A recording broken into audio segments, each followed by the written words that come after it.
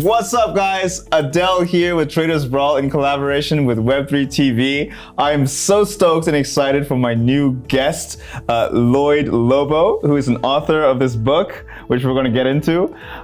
This is going to be an interesting podcast talking about communities, Web3, a little bit of Web3 stuff, entrepreneurship, and how you keep informed and keep in shape in general. So with that said, please welcome Lloyd. So good to see you. Bring it in. Great to see you, man. We met a few weeks ago. I love your energy, and I always tell people, one of the key things of building relationships and commanding an audience is you gotta bring energy, right? Without energy, nothing sustains over a long period of time. And you bring out the same energy that you give out. So this is gonna be fun because you came in with strong energy there. I love it. I love it. And I was really drawn in your presentation at the 24/6/9 Founders community there. The way that you delivered it really captured my attention. And I'm sure the attention of many other viewers too. Talking about your book here, which is called From Grassroots to Greatness.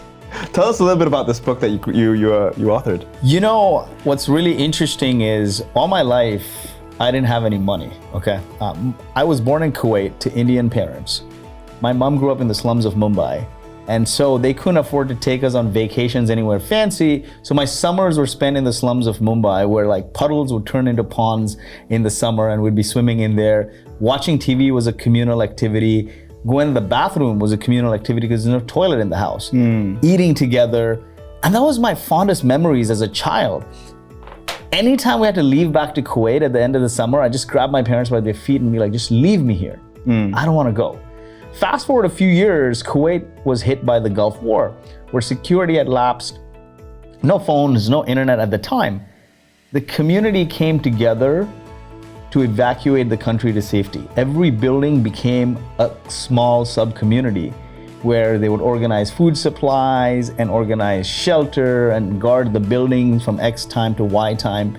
And every building became this sub-community that would communicate with the next building and the next building that communicated with governments, with embassies, and got us out of there. And fast forward a few years, my parents immigrated to Canada. I finished university, then started working for startups. I've only ever worked at startups. My first job at a university was working for a startup founder, and the last job before I started my own company was working for founders. And when we built our fintech company, Boast.ai, which provides R&D money to businesses that innovate, we didn't have any marketing team when we got to the first 10 million in revenue. And that was insane because we built this massive community of entrepreneurs. And eventually, I ended up selling half the company, 52% of the company, me and my co-founder sold. And I left the day-to-day of the company, transitioned to the board. Eventually, a company needs to transition from being pirate mode, right? When you're just starting out, you're a pirate, sticking elbows, poking fingers, whatever it takes to make it happen. Then once you're like north of 10, 20 million, you gotta scale to becoming a navy and bring more experienced leadership. And so when we sold half the company, the private equity firm brought in big company leaders, CTO, CMO, CEO from multi-billion-dollar companies. And I transitioned out of the day-to-day. And when that happened, man, for the first time I came into money. So I was poor, never had any money. And over the 10 years of doing multiple startups, did 2 startups that failed, did an events company where the third partner ran away with all the profits, had to sue him. And I could never catch a break. And then this company, Boast, did well. And I first time came into money. Until then, my wife was paying the bills. She's a doctor. But what happened after that was I got depressed and I hit rock bottom. I felt I lost my tribe when I left the company, right? I had built my identity around this company. And a lot of us do that subconsciously, right? We spend so much time at work on our business, on our ventures, and we don't take care of ourselves personally. We spend more time with our colleagues, with the work environment, and that becomes your tribe. And because we largely built this business on community, we have 120 some odd thousand business subscribers. We would host lots and lots of events like 24/6/9, weekly events, monthly events, large conferences. And when I left, I felt like I lost my tribe. And despite coming into millions from nothing, I got depressed. And what brought me to sanity was moving to a new place from San Francisco, end up moving to Dubai, surround myself with a community of fit people, health conscious people, positive people who weren't always like, hey, when's the next thing? When's the next startup? Work, work, work. And that changed my life. And then I started to research and I found that loneliness is the number one killer in America. No matter how much money you have, if you don't have good companions around you, it's meaningless. And I then found this concept of blue zones. Have you heard of that? No, blue zone. Blue zones are the 5 places in the world where people live functionally until they're 100. Wow.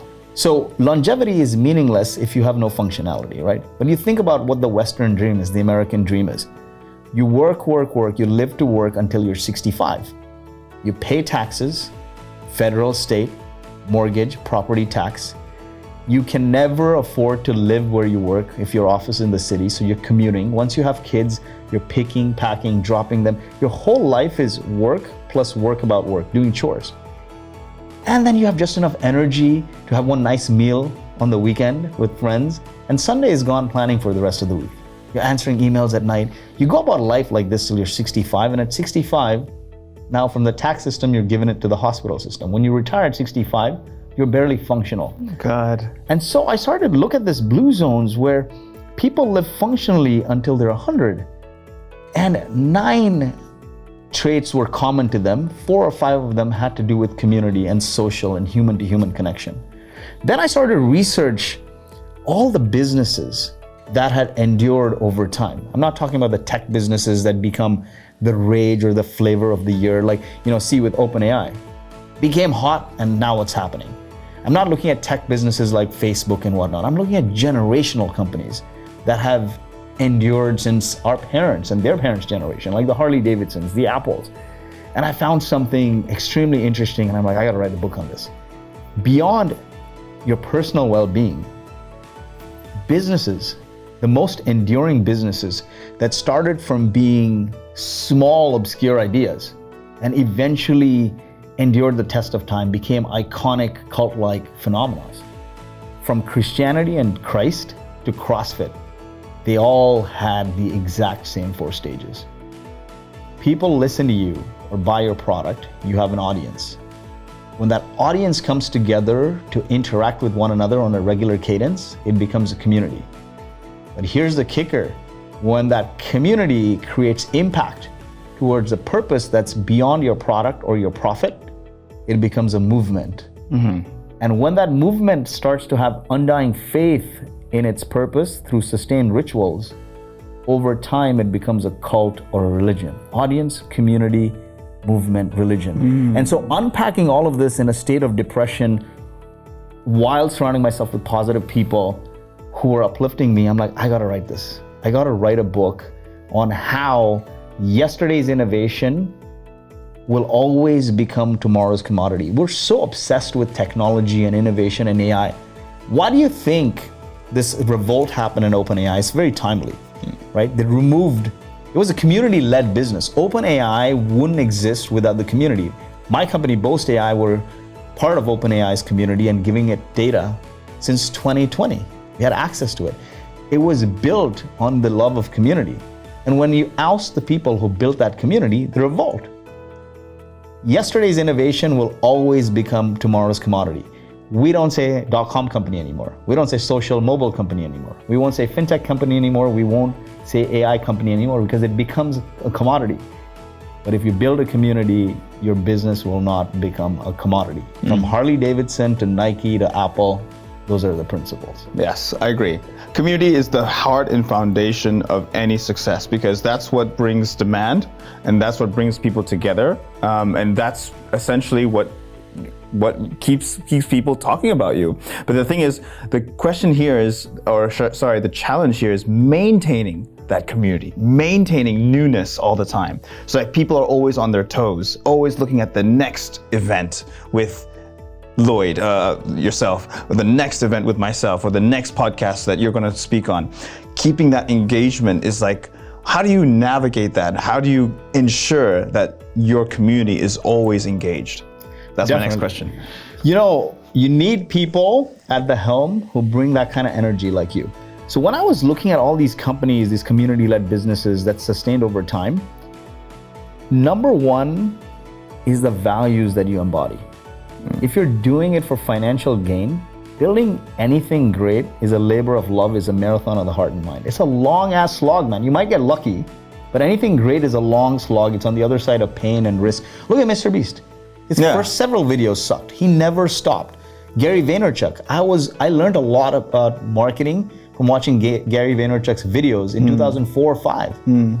He's like a chubby young white guy. And like people are like, what is he saying? Video for marketing? It's never gonna work. It's exploded today, right? Because he never stopped. Warren Buffett. Compound interest on consistency is what we call overnight success. So what I found that though, if you don't have the values of a community-led organization, it's hard, right? It's hard to sustain for the long haul. If you don't like something, if you naturally don't want to give, if you naturally don't draw energy from bringing people together, helping them, you can have everything in life if you just help others without expecting anything in return. That's my philosophy. A lot of these companies have that in the leadership. But if you don't draw joy from bringing people together, helping them, seeing them successful, and you're like, oh, I want to make the next penny, you won't sustain. You got to love your audience. You got to love seeing them successful. You got to love the subject. So that is one. The second thing is always think about injecting one big piece of new value in your community every year and one small piece of value, right? There is this concept of hooked. I don't know if you heard of it. How to build habit forming products. Everything starts with an external trigger. Somebody invites you to an event or you get an email, somebody calls you. Now, based on that trigger, you decide to take an action. It could be market spam. Be like, oh, it's enticing. Lloyd invited me or Adel invited me. I'm gonna go check it out. You take an action, you check it out, you sign up. Now the key thing is the value they get, the reward. If they're pumped by the reward, then now they're gonna make an investment. And that investment may be, I'm gonna subscribe, I'm gonna read your content, I'm gonna keep involving, I'm gonna keep coming. Ideally you wanna get to, I gotta keep showing up, but the superpower is, hey, now I'm gonna invite my friends. And so that's when you go viral, because now for every person that you engage, they're inviting +1, +2. The key in hooking people, that is to make that reward variable. If I keep sending you the same stuff, you know what to expect. So the dopamine hit doesn't change. If I keep varying the dopamine hit, you're like, dude, I'm surprised. I'm surprised. It's something new. So I'm gonna check it out. So anytime there's an email or a story from Adel, I know it's gonna be new. It's not the same crap. So I'm gonna go click on it. If it's the same crap, it's like, oh, come to this conference, come to this conference. And you're like, oh man, it's the same thing. If it's different, if a different dopamine hit, then they engage. Like one of the things we did to grow our audience to 120,000 business subscribers, and it's not on TikTok, it's not on LinkedIn, it's anything, it's email subscribers. I think email subscribers are the most valuable because now these subscribers spend over 20 million a year with us buying stuff from Boast, right? Using our service. The business subscribers, they're more likely to be engaged on email, and we host events. When the pandemic hit, we had to cancel a conference. Multi-thousand person conference. I freaked out because all our lead gen were through these events. Imagine this, production costs, everything. And I knew that if we tried to do a virtual summit, I couldn't sit through it. Can you sit through a 2-day virtual summit? Zoom calls and stuff, like, brutal, right? I'll be bored after 10 minutes. So how do you host that if that's something you don't want to go through? So I reached out to all the speakers and I said, would you be open to doing a live AMA? So like a podcast, but invite people to tune in and comment. They're like, sure. So because I had so many speakers, I filled 2 slots a week like a TV show, but on Zoom, 11 on Tuesdays, Thursdays. And people started to tune in because now my email went from come to this one conference to say, today Adel's speaking about how to up your podcasting game. Tomorrow, Lloyd's speaking about how to build community. Day after, you got the CEO of Twilio, $40 billion company, talking about how he built this massive company from scratch. So the dopamine hit is different and people keep showing up. So I think varying that dopamine hit is key to keeping your community fresh. Small new value, big new value. The other thing is the cadence of what you do. A lot of people, they're like, oh man, 5 people showed up, 10 people show up, and they stop. They get Stop psyched immediately, out. yeah. They get psyched out and they stop. When we started our community, there are just 2 things we did. And it's really important to do 1 or 2 things really well. If you try many and you are mediocre, you'll never grow. That was a time when TikTok, Insta wasn't there. Wasn't huge for business. LinkedIn, nobody was using LinkedIn for content. They were just using it to find jobs and spam people. There was a local newspaper though. We sell to startups, to tech companies. The local newspaper in Canada wasn't covering startups. So I reached out and said, hey, will you cover startups? And like, no, like, we don't care. So I didn't take that no as an answer. I reached out to a friend who had a regional blog. I blogged on it, I wrote about startups on his blog. And I didn't just leave his blog to distribute it because nobody does. I reached out to all my friends to say like, comment, share, and they blew it up. Then I took those results and I went to the newspaper editor.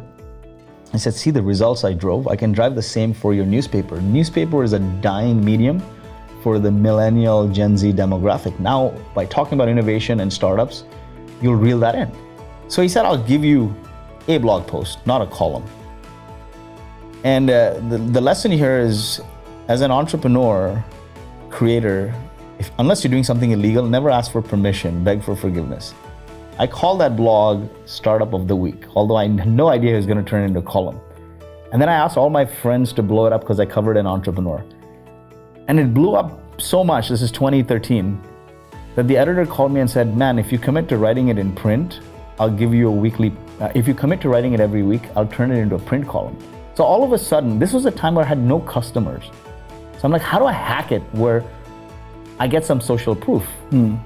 All of a sudden I became a newspaper editor, says Lloyed Lobo from Boast, and I built the social proof. Now everyone's applying to be on this newspaper column because it's like, man, the newspaper, the Canadian newspaper is covering startups. And even today with the proliferation of blogs and social media content, if you're on the newspaper, it's a matter of pride, right? It's physical. Yeah. And then people started applying to be featured on there, and everyone who applied to be featured, I'd invited them to a meetup, weekly meetup like 2469 at our free co-working space and throw some pizza. So now what's happening is 2 things which principles carry over and across brands. You look at Harley Davidson and whatnot, but I was building this audience on the newspaper. I was collecting their emails because they would apply to be featured. And now I was turning this audience into a community by bringing them to interact with one another in person. The first meetup, 10 people showed up. I didn't get deterred, kept doing it week on week on week. One day we had 200 people plus show up at the co-working space. And they're like, bro, you're running a conference now for free. Hijack all the aisles in the co-working space, you can't do it. And that evolved into our Traction conference, which today we've had CEOs of Uber and Twilio and Atlassian and some of the most valuable companies come there. But everything starts small, man. Of course. You got to keep injecting the energy you bring. And I think to build on what you said about the dopamine. So in a way, funnily, we're all like dopamine junkies, and we have to manipulate that in a way in order to get the attention of the viewer, because you've got like 3 seconds before they scroll to the next video. For example, you've got the attention span has reduced so low that you've got like literally a window, 3 seconds, 3 to 4 max, to get the hook in and reel them in. It's the TikTokification of content. You know, we went from long form videos, which people used to watch a lot, which is still a good strategy. Still a good strategy. But why did YouTube jump to Shorts? Why is Shorts the fastest growing feature of YouTube? Why did Insta launch Reels? Shout out to Vine, if you remember. Yeah. Vine videos. Yeah. They were smart, man. But like with YouTube Shorts, and YouTube put out a stat there, people, the watch time and the engagement on Shorts is higher than any other medium on YouTube. It's the fastest growing. And look at it now, the attention span has gone from like 60 seconds, because it started as 60-second Reels and Shorts and TikToks, to like 10, 20 seconds. God. But what happens if people keep doom scrolling and they get value in 10 seconds from you? Then they upgrade to watch something that's 30 seconds and 60 seconds. Yes. Then 5 minutes. Then they subscribe to your email newsletter. So that is the pattern of like visibility, credibility, and then profitability. You have very quick attention grabbing spans, and you need to hook them and be visible and credible within that time. And if you keep doing that, you'll get more and more of their mind share. Let's talk a little bit about Traction, because you're also co-founder of Traction. You mentioned Boast.ai is a company that provides money for R&D, helping other companies invest and obviously, grow their technological research stuff. Traction, what is Traction? So Traction, Traction is a community that we built. We never wanted to call it the Boast community, because when you have no customers and you build a community around your product's name, people will think that these guys are running a timeshare. They want to sell me shit, right? And so we said, hey, what is the one thing? Who's our ideal customer? Everything starts with figuring out your ideal audience, your ideal customer. What are their immediate pains and goals? And what are their long-term aspirations? And the one thing is common, every entrepreneur wants traction. So when we started hosting these meetups, we called it Traction. Like Jamil runs Ahoy, right, the software company. The meetup is called 24/6/9. Exactly. So Boast is the company. Got it. We provide funding to businesses for research and development. Globally, there's hundreds of billions of government money, but it's inaccessible or it's painful to access. So we plug into a company's tech and financial stack, pull that data in, apply machine learning, automatically apply for it. And if the government takes a long time to pay it out, we lend them the money. So it's a new asset class R&D funding for businesses. If you look at it, the most valuable companies on the planet, on the stock market, they spend 20 to 30% of their revenues on R&D. Right? R&D, innovation drives the world. Every dollar spent in innovation returns 20 to the economy. Vaccines, robots, clean drinking water is a function of innovation. Yet most innovations die on the vine. One, because they don't have the money, and two, they don't have the know-how. We started with pulling their data to make sense of it and give them quick access to this government money for R&D. Government was taking long, so we started lending them. But now we have a rich data set of technical, financial, and banking data. So next product is around R&D analytics, how you should innovate, who you should hire, what products are more likely to generate revenue for you, those kinds of things. And so we said, if we call our community Boast, people will think we're trying to sell to them. And here's a framework to think about it. There's three kinds of communities you can build. A community of product, which is all about your product, like maybe like a Shopify or a Notion community of product, where learn, get better on the product, build on the product. There's a community of practice, which is become better at a specific craft, right? You're building this community of practice, helping crypto enthusiasts, right? And level up their game. Level up their game. And then there's a community of play, which is people come together to have fun. You may be a part of a paddle club or a fitness club or the Harley Davidson's Bikers Club. It's a community of play. If you're just starting out and you have no customers, start with a community of practice plus play, like combine those two, or a community of practice. Because otherwise, who's gonna show up if they think that you're gonna just talk about your product? Like, would you show up to a community that you're not even a customer of and all they're talking about is their product? No. Likely not, right? But if it's like, hey, I'm gonna connect you with other influencers and it's a community for creators, then you've got my attention. Oh, I'm there every day. And then you go there and you meet like Nas Daily or you meet like Larry Wheels and all these guys. And it's like, oh, it's my tribe, it's my jam, right? Yeah. So that's why we started it. And the name was very important because the name has to feel or appeal to the audience's aspiration. And the key thing what entrepreneurs say, what is the key word? What is the key thing that investors tell entrepreneurs? Show me your traction. So that's why we called it Traction. Yes. No, really nice. And to build on that, Traction, so that's the community that you have. And is it based in Dubai? So for the viewers watching, how can they get access and get in contact with Traction? I moved to Dubai very recently. The community is based in US and Canada. We host a big conference in Vancouver. We've done it in San Francisco as well. We have a podcast, so you search Traction on Spotify. Every other week, I interview the CEO of a multi-billion-dollar tech company. Yesterday, I interviewed Spencer Skates. He's the CEO of Amplitude, which is trading at 1.3 billion. Took it from scratch. He was a programmer at MIT. And he built this massive company in like 10 years. Wow. So I interview those people, and then I have a weekly newsletter where I talk about startups and tech startups. So mostly focused there. I came to Dubai to disconnect, right? To disconnect and experience a new way of work and life. As I mentioned, our lives in the West is all about you live to work. And I wanted to see what happens if people work to live. What are the places in the world where people are not all about work? And I came here and I immediately felt a sense of connection. My health changed. I showed you the video when I was 21, where I was like obese, depressed, drunk, and now I'm like, a day doesn't go by where I don't work out. I gotta work out first thing in the morning. And the truth is, there is no brain function that exercise doesn't improve. So the last year has all been about fitness, mental well-being, connection with family. I had 3 kids. I hadn't spent time with them chasing business goals.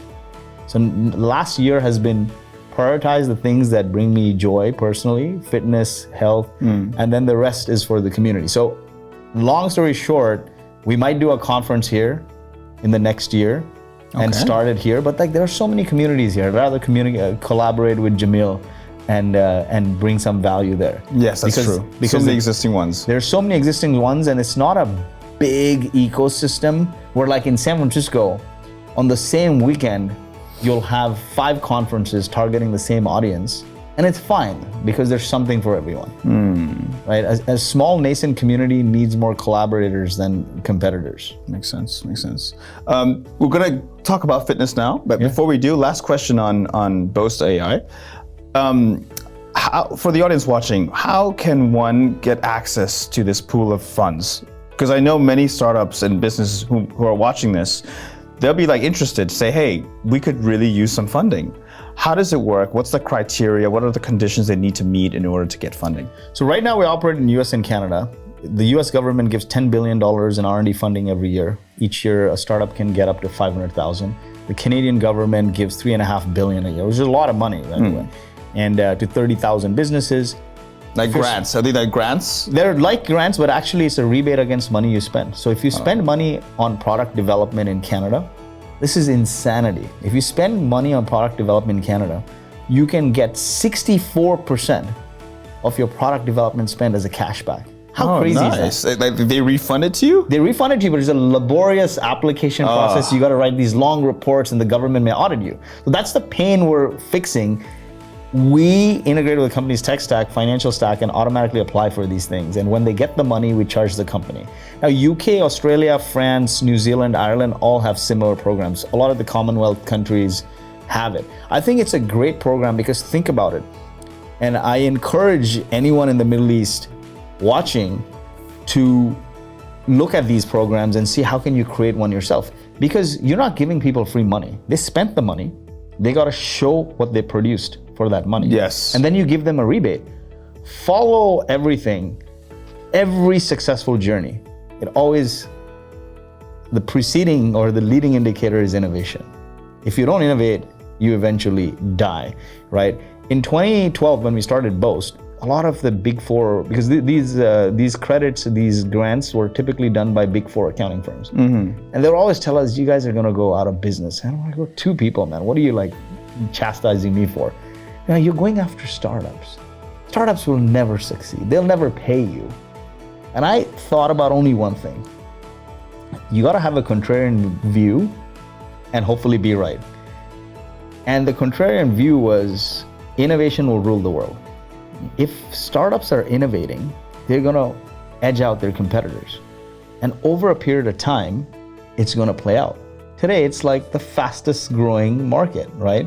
And the sense that companies like Brex and Mercury and all these massive fintechs have built giant companies just selling to that segment. We started actually, it's not something we deliberately went after, startups. There's a story there. We were chasing manufacturing, construction, oil and gas. The problem was we're like 2 guys, young guys, right? And we couldn't communicate with them, man. Like we would call them, pick up the phone. They were just like get lost. Who are you guys? Then we started going to their events and we looked like 2 guys who threw on a hoodie on top of a suit jacket and they looked like the old cigars club. We couldn't resonate. Dejected, we started going to local startup events and seeing what happened and what's happening there in the community. And we're like, oh, there's not much activity, so we can bring the activity. But it felt like our tribe. Like we started hanging out with them, partying with them, eating together. It became our tribe. And then we said, let's do something for them. And so key lesson here is, if you're starting out any business idea, the first thing you got to figure out, who do I sell to? There's 4 things you need to figure out to find your ideal customer. 1, do I have a passion for this audience? Can I keep sustainably creating? If you hate your audience, honestly, after 3 years, you may like, screw this.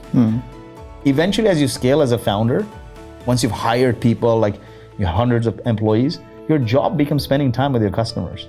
What else are you gonna do? You're not a micromanager. You've hired the right leaders who run the business. You're spending time with customers for the most. So if you hate them, you'll never be able to sustain. Number 2, is it a small but growing niche? I like niching down, because when you're going broad, when you're starting out, it's like you're trying to please everyone.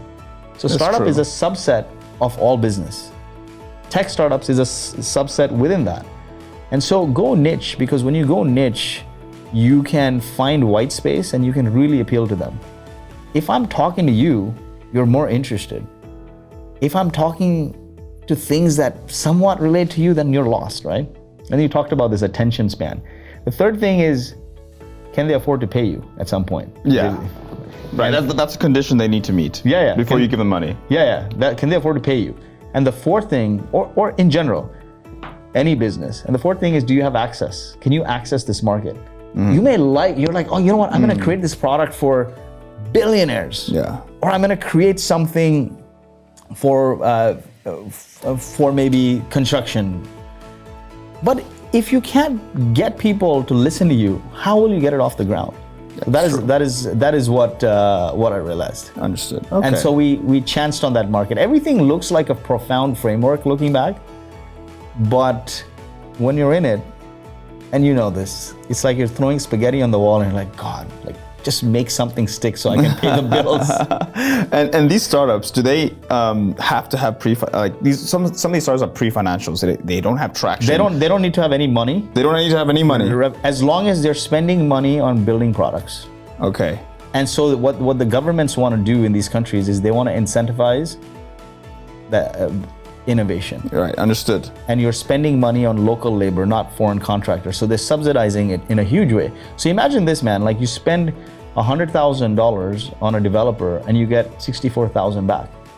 That's really good. No. And your pre-revenue, that's like revenue, right? How long would it take you to sell, to get your first 64,000? Yeah, I know. No. So is it the same with Boast.ai, where they make sure that they have to have money, or even if they don't have money, you still give out grants? Yeah, we'll still apply for it. That's awesome. If they don't have revenue, we'll still apply for it as long as they're spending money on product development. Because again, we're the you apply for it on their behalf. I apply for that on their behalf. But if it gets rejected, what happens? If it gets it's like the reason why we added lending is because we had like a 99% success rate. We give out like $350 million every year in these funding opportunities. 1,000+ clients. But let's say it's rejected. What happens then? Then that's it. It's rejected. It's rejected. But you still lend?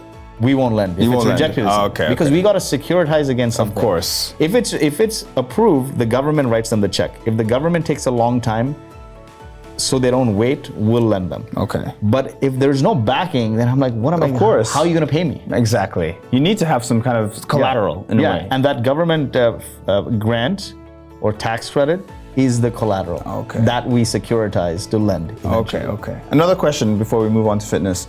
Are you looking at any startups that are involved in the Web3 crypto space, blockchain, which is sort of somewhat blowing up? I think we have several hundred clients at Boast in the Web3 crypto blockchain space. In fact, one of my really good friends just moved to Dubai, plug for him maybe.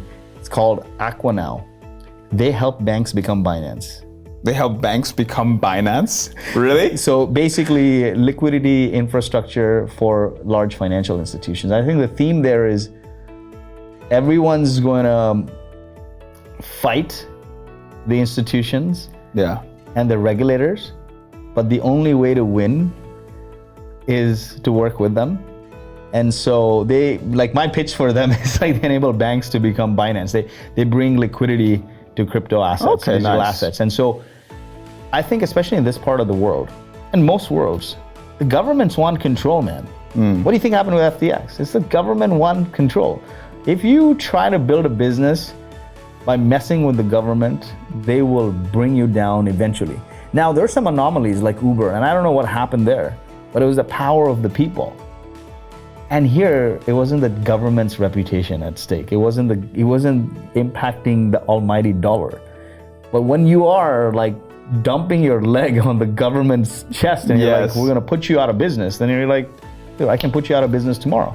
So what happened in that when that Silicon Valley bank went down? It was like 3 digital asset banks that went down also, right? The FTX, there was a whole landslide of domino effect. It was government induced. That's it, right? I'm a big believer in these technologies, and I think the technologies that we talk about, we say Web3, it'll become mainstream. Decentralization will become part of your product like AI is. Like, think about it right now. You will not be able to succeed if your product doesn't have intelligence. That's a reality. Anyone can build a product in 2023. It's easy. There's no code, low code, bro code. There's no code, low code, and a lot of APIs, and then generative AI, ChatGPT APIs. So you can spin up something. Getting an audience is hard. So what I see is getting the audience attention is hard. How do you deliver new value? If you're built on old tech, you're not gonna deliver that value. So you gotta make your product more intelligent, decentralized. You gotta embed these technologies. Now, like I said earlier, like we don't say .com company anymore. We used to, right? Then we used to say Web 2.0 company and social company and mobile company. I mean, for the longest time we said mobile company. We don't say that anymore. We will not say Web3 company. We will not say AI company. We will not say fintech company. People will embed fintech capabilities. People will embed decentralization. People will embed AI. Think about any product you have. You can make it a fintech company. Why? Because you can extract another 10, 20%. The value, a business's value grows when you keep the same customer base year on year. Not like try to bring on new customers. Just bring on new customers is good. But does your customer stay? Your valuation is predicted on recurring revenue. The highest valued businesses on the stock market are recurring revenue businesses because the customers stay year on year on year. And the kicker is, do they spend more? If you have one product, they don't spend more. Indeed. How do you add more value to the same customer? Say you have a user base. Now with us, perfect example. We were automating government applications for them. The easiest thing to make more money is the government takes a long time to pay. I add a fintech element, lending. You may have a marketplace where people transact with one another, right? How do you add more skim? How do you add more revenue to that same customer base? You may add a buy now, pay later. Yeah, and you may add a little accept crypto as payment. Exactly. Are you thinking of that? Yeah, exactly. Oh, that's nice. Another a friend of mine run this company called Bidali, which is an API to add crypto payments to all kinds of applications. So accept crypto payment. Because all of these things you add makes your product better. Ultimately, it has to add more value to the customer. If it doesn't add more value to the customer, then it's just sizzle, there's no stake, right? So accept crypto as a payment, add maybe decentralization. Now it's like, man, how do I make it more intelligent? Because I don't know if the customer wants this even. Okay, just quickly, building on the crypto side, what are your views on Bitcoin versus the dollar? You know, here's the thing. We bought some Bitcoin, it made a lot of money. My wife did, okay? And this was like several years ago. I was an investor in, 2014? In a crypto exchange. And the guy just disappeared. So I lost money there. The thing is, it's an asset that makes a lot of money. The problem is it doesn't feel stable, right? Because it's risky and volatile. It's volatile. And I think a lot of fear comes into the market and governments when it's volatile. So it's like, yeah, I'll buy it to keep it. Would I transact with it? Because I'm worried that I paid for something with crypto and I should have just kept that crypto. right? So I don't know. What are your views there? That's a good question. There are two things here. Volatility is very true because some are meme coins, it doesn't make sense. And then others, you're competing against the dollar. You're competing against the government. The government's of course going to try and shut you down. Exactly. We talked about this earlier. So you're going to try and build a product around competition with the dollar. They're going to try and shut you down. So there's that aspect as well. But then there's the other aspect where you can't get the multiples that you get with stocks. I mean, unlike stocks, crypto, the sort of price traction, the price valuations that just go up, you can't get the same. You can't get it anywhere else. Yeah. But the thing is, then you gotta also watch it like a hound dog. You gotta watch it like addiction. See, the best way to make money over a long sustained period of time without putting a lot of effort is invest in the index fund, S&P 500. Over a 10-year period, they return like 10% on average. This year, it's up 17%. If you look at the iShares, which is a tech portfolio, it's up 40%. You could just leave it there. You leave it there. Leave it there. But everyone should not think about, and I'm not some investing guru, I'm just saying this from a lot of failures, is you have the stable money, and if you have enough, then play some risky bets. Yeah, and the risky because you can afford to lose it. Yeah, crypto, startups. I invested in a ton of startups. I'm an LP in 10 funds, and I invested in 18 startups, and my banker called my wife and said, dude, he won the lottery to not buy more lottery tickets. Just slow down because his whole portfolio was a tax loss write-off. And that happens because what happened, the way with the market went up and down, you got to look at startups at a 10-year period. Your banker doesn't look at that, right? The stock market is up and down. And so the point I'm making is have a small portfolio for risk, but just think about this. Write it off mentally. If you don't, you will literally go into depression. Yeah. You're like, I'm gonna keep 100, 200, 300,000, whatever you can afford, to invest in risky bets. And that's my buying a Lamborghini. Some people want to buy a Lamborghini. Yes, that's money I can afford to lose. If I lose it, I don't die. Some people want to buy a Lamborghini, rent Ferraris, rent a yacht, booze, babes, blow, whatever your jam is. Yes. Keep the risk money to do that.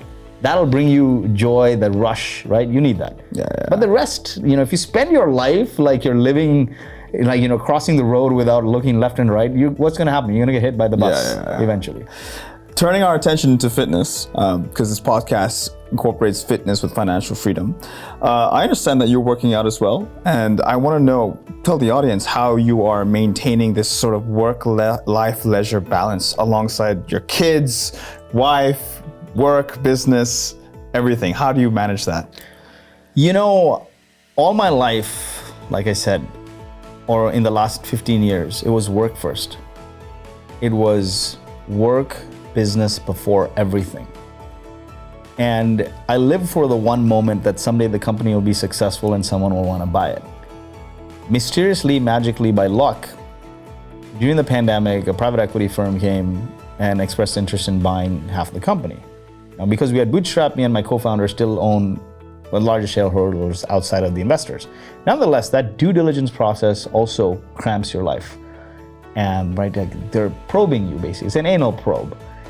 They want to talk to customers, talk to employees, back channel, huge laborious process, right?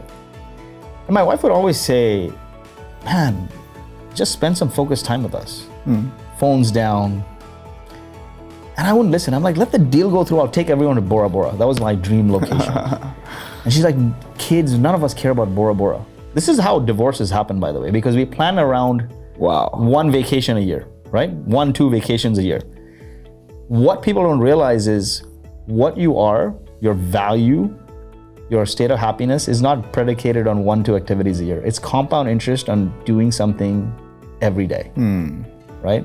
So that means, when we had no money, and nannies are very expensive in San Francisco, my wife said, let's invest in a nanny. I'm like, it's $50,000. What? Yeah, $50,000 a year. Oh my God. And a full-time live-in will be $100. And I'm like, how can we afford this? She's like, we'll make it work. We won't take vacations. We won't buy stuff. But think about it.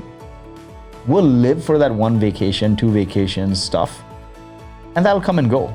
But us fighting every day because my wife's an ER doctor, and we got a nanny when she was actually a fellow, so she wasn't making that much money.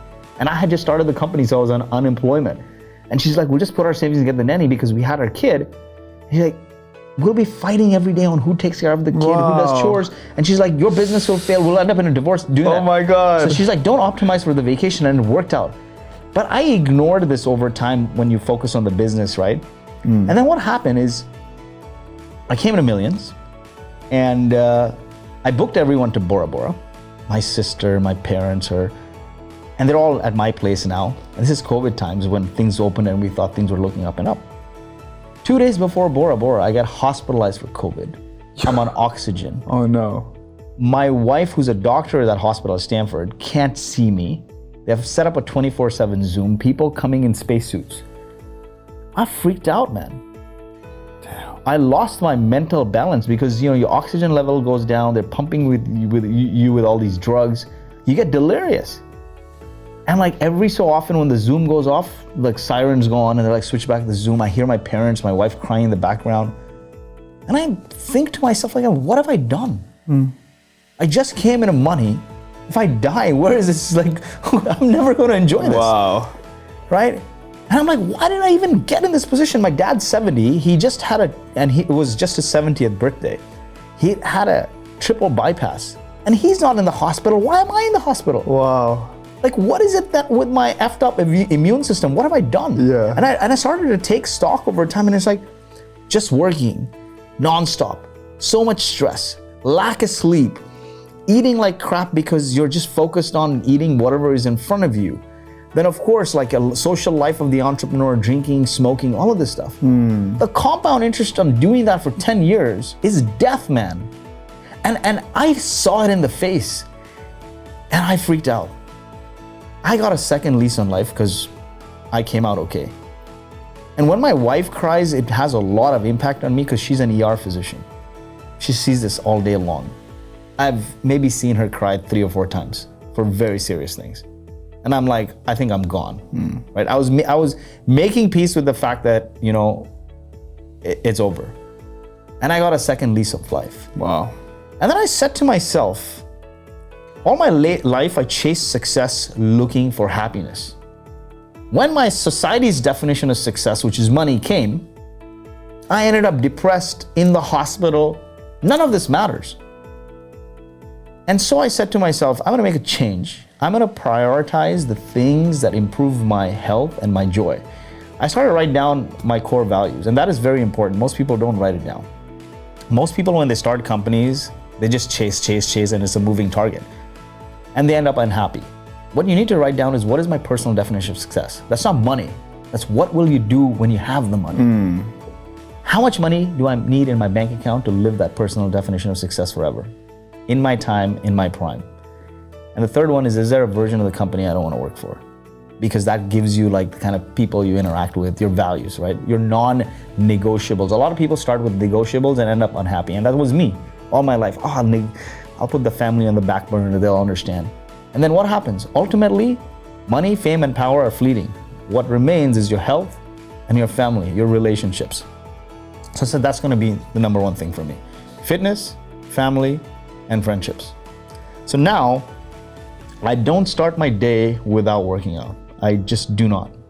I will cancel meetings, calls, whatever. If people book me for a morning meeting, I'm out. I'm like, I gotta wake up, work out, and just be one with myself. And I gotta be active a little bit every day. I cut out alcohol completely because alcohol kills your testosterone levels, I find, over time. It's not like I'm against drinking, it's just something that works for me. I'm an extreme person. A lot of entrepreneurs are. If I drink, I'm drinking to get wasted. Yes, right? I know. And so like I gotta control that. I stopped drinking, started eating clean, whole foods. Nice. This diet is a lot of it. Yeah. And just working out every day. Very nice. Now it's made a significant transformation. I mean, I showed the Insta video from fat to fit. And I kid you not, man, there was a study on Naperville High School. It's called 0 Hour PE. Look it up. They did a program where they said before students came and opened a single page of the book, we're gonna make them work out. Over a period of time, they became some of the highest IQ students and students with some of the highest athletic ability around the world. There's no brain function that exercise doesn't improve. I know people like to work out at late at night and stuff, but trust me, wake up every day, work out first thing in the morning, and then try that out for maybe 2-3 months and see how you feel. So my morning ritual now is I wake up, because my wife always tells me the glass is half full. You're moping about not being in the company, but you can move anywhere.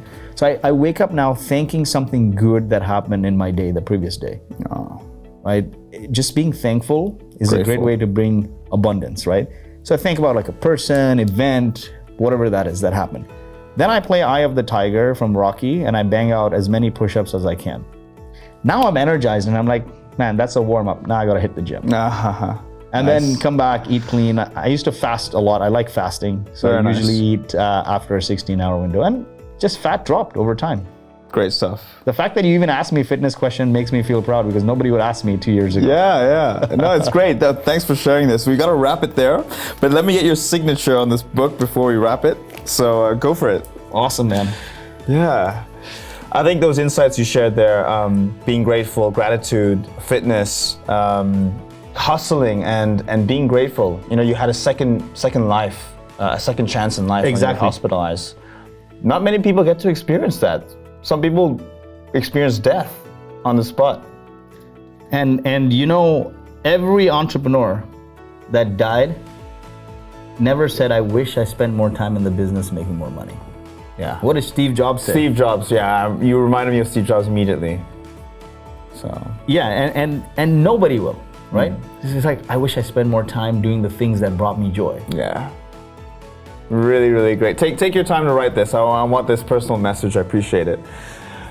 Ladies and gentlemen, Lloyed Lobo with us on the Traders Brawl podcast, Fitness with Financial Freedom. I'm so happy and glad to have Lloyd with me. I think this was a very insightful discussion, and I wouldn't call it an interview. This was really a discussion. So much knowledge to hear, and so much, I think, insights that audience members can learn from yourself. I want to give a massive shout out to also Traction, the team there. Massive shout out to also Boast.ai. I hope I get a chance to meet both the community and the co-founders of Boast.ai. I'd love to meet them. I don't know when my next trip is to San Francisco, the US, but I will 100% let you know, and let the podcasters and all the other audience members here know. I would love to do a round two, and you're a podcaster yourself, I'm a podcaster. It's great to have another podcaster know how to talk, you know, and confidently speak about entrepreneurship. Hope it went well, man. Yeah, absolutely. You know, I don't know if it's still rolling. It's still rolling, yeah. I want to share something. I wasn't a good or confident communicator ever in my life. And I mean, I graduated engineering. And the funny thing is, actually, I got into engineering without having a high school diploma. And I finagled into engineering. So two things I'll close out with. Yeah. I didn't finish high school, and most kids who don't finish high school will never apply to university. I applied to every freaking university. Luck would have it, one university asked me to write entrance exams. I wrote math and English, I did well. They're like, where are your transcripts? I made some BS story. They said, start the semester, but if you don't produce your transcripts within the month, we gotta unenroll you. Luck would have it, they never followed up. So without a high school diploma, I graduated a software engineering degree. So learning one there is, luck and risk are two sides of the same coin. The ones that get lucky are the ones that never stop flipping. From Mr. Beast to Warren Buffett, that's the story. The second thing is, when I graduated, I wanted to go into entrepreneurship. I wasn't a great communicator. And I said, I'm not self-motivated, man. A lot of people are not. Self-motivation is not living on the beach on the palm and showing up when things are perfect. Self-motivation is you show up when you're repeatedly punched in the face and conditions are not perfect. So I said, hey, if I go take a public speaking class, man, if people laugh me off stage, I'm not going again. So I found a job that forced me to communicate day in, day out, which was cold calling. So I started my job cold calling for a founder because nobody else would give an engineer a job in sales. No established tech company. They're like, come on, you suck as an engineer, you suck as a sales guy. So I took that leap of faith and started cold calling. My parents freaked out. And they said, man, your friends work at Microsoft, they're engineers. What are you doing? Everything I am today is because of that first job. And so that brings me to 4 things you need to be successful at anything. Number 1 is your communication, right? If you can't communicate, you don't have an audience, you have an empty room. Look at the leaders that scale heights. They all communicate. Eventually, your job as a leader is communicating to inspire and energize people. If you're communicating to inform people, you may as well send an email. But some of the greatest companies are built on that energy, the leader communicating to inspire and energize around the vision. The second thing is your community or your companions. I only work for startup founders. My first job for a startup founder, because I worked for a startup founder, the next job also happened to be there because no big company would hire me, and the third job wasn't. Then eventually, when my best friend from university said, let's start a company, I jumped at it because that's all I knew, right? So you become the average of your 5 companions you surround yourself with. You surround yourself with fit people like I do right now, you become fit. And another thing on that companions is when I was going on this rickety bus from Kuwait to Baghdad to Jordan on the highway of death, buses were bombed and everything. The people on that bus, the adults, they should have been crying, but they were smiling and laughing and playing the guitar. And it made me realize that it's neither the destination nor the journey, but the companions that matter the most. You could be on a shitty journey on the way to hell, but great companions, no matter where you are, will lift you up and make it memorable. Or you could be sipping champagne in a chateau in France with like people you can't even connect with, and you want to be out of there. So the second thing is your community. The third thing is your ability to create. Yeah. We're all creators, man. Whether you're an artist or a software entrepreneur or an influencer, you're creating something. You're creating content, or you're creating products, or you're creating services, or you're creating playbooks. When you're an entrepreneur, a lot of what you're learning, you're creating and turning into playbooks for other people. It's because you got to scale the company. If you can't create, you can't build any success. And the fourth one, without this, you have nothing. You can have the best community and companions, you can have the best communication, and you can have the best creation. But the fourth C is everything, is consistency. Consistency. Compound interest on consistency is what we call overnight success. The greatest of the greatest never stop. And you're going to be there, man. I follow your content. Thank you so much. Never stop, brother. Thank you so much. Thank you so much. Yeah. All right, we're going to flex this. It's going to be a nice little flex. Awesome, man. Thank you so much for watching. Please check out Lloyed Lobo's page. I will add all the stuff in the description. This is Adel from Traders Brawl in collaboration with Web3 TV. Thank you for following us, and we'll see you next time. Cheers. Awesome. Love and peace, guys.